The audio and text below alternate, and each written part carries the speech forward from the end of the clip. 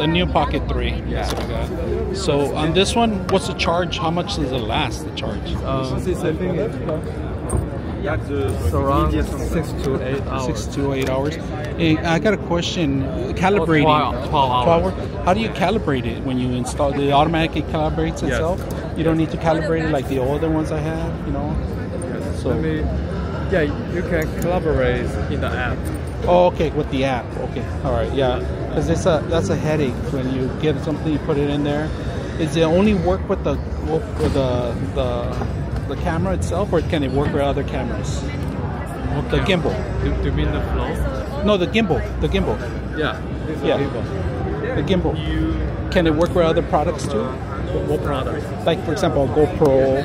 Oh, you want to model everything? Yeah.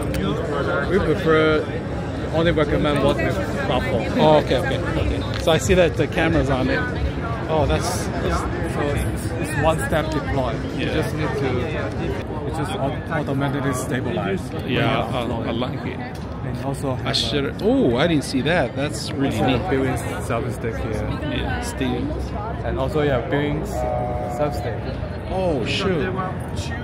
So basically you have everything built Yeah. inside, even though the small size like this.